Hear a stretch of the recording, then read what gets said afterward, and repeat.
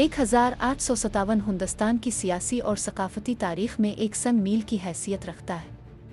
मुगलिया सल्तनत जिसके दामन ने एक तहजीब ने परवरिश पाई यहाँ पहुँचकर दम तोड़ देती है। इसके साथ ही हिंदुस्तानी तारीख के एक नए बाब का आगाज़ होता है।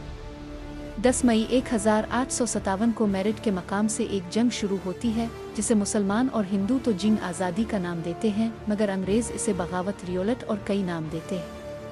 मुसलमान और हिंदू तो ये जंग अपनी आज़ादी के लिए लड़ते हैं, मगर अंग्रेज़ इसे बगावत कहते हैं। अगर इस जंग के असबाब की बात की जाए तो पहले नंबर पर आता है फौजी बगावत। सिपाही अंग्रेज़ों के गैर मुनसिफाना सलूक से तंग आ चुके थे।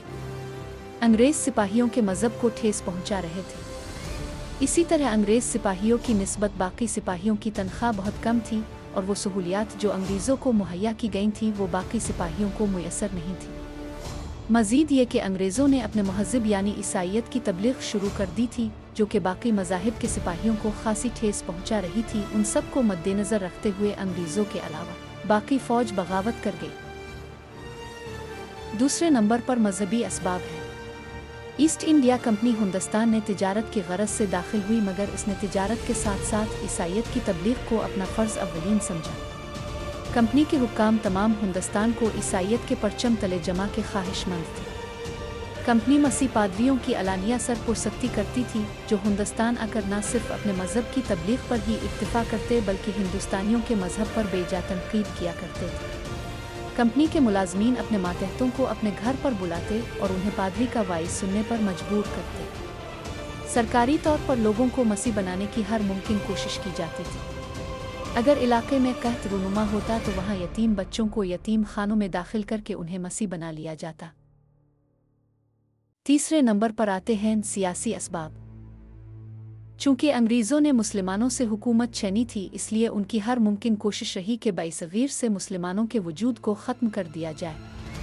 कंपनी आहिस्ता आहिस्ता बेशतर होती गई, मगर इसने महसूस किया कि जब तक लाल किला में मुगलिया हुकूमत के बराए नाम बादशाह मौजूद है, इस वक्त तक हिंदुस्तानियों पर हम काबिज़ नहीं हो सकते। लिहाजा कंपनी ने इसके खात्मे के लिए साजिशें शुरू कर दी। चौथे नंबर पर आता है रियासतों का इल्हाक। लॉर्ड्स नलहुवाजी के ज़माने में हिंदुस्तानी रियासतों का वसी पैमाने पर अलहाक किया गया ताकि कंपनी के मुकाबले में कोई और रियासत मौजूद न रहे। इसने 8 हिंदुस्तानी रियासतों सितारा, झांसी, सिंबलपुर, जीतपुर, तंजौर, कर्नाटक और उदय को बरतानवी मकबूजात का हिस्सा बना दिया। कंपनी ने रियासतों के इल्हाक के बारे में नाइंसाफ़ी और जुल्म की इंतहा कर दी। 5वें नंबर पर आते हैं माशी असबाब। कंपनी से कबल तमाम मुलाजमतों पर हिंदुस्तानी ही फाइज थे। मुसलमानों के शाना बशाना हिंदू भी हुकूमत के नज़्म व नसक में बराबर के शरीक थे।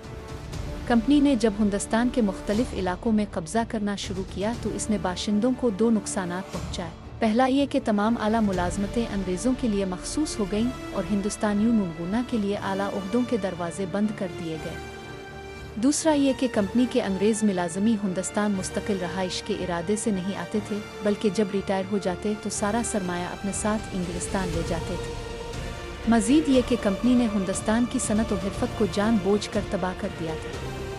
इसने अदालती चार जोई के लिए स्टम्प एक्ट नाफिज किया जिसने हिंदुस्तान की मुश्किलात को दुगना कर दिया और माशी दुश्वारियों में इजाफा कर दिया। इस जंग की एक फौरी वजह यह बनी कि 1856 में उनफील्ड नामी एक बंदूक ईजाद की गई जिसे करीमिया में पहली मर्तबा इस्तेमाल किया गया। इस बंदूक में इस्तेमाल होने वाले कारतूस के मुंह पर चर्बी का खौल चढ़ा होता था और चर्बी गाय आसुवर की होती थी, जिसने हिंदुस्तानियों के जज्बात को काफ़ी ठेस पहुँचाई।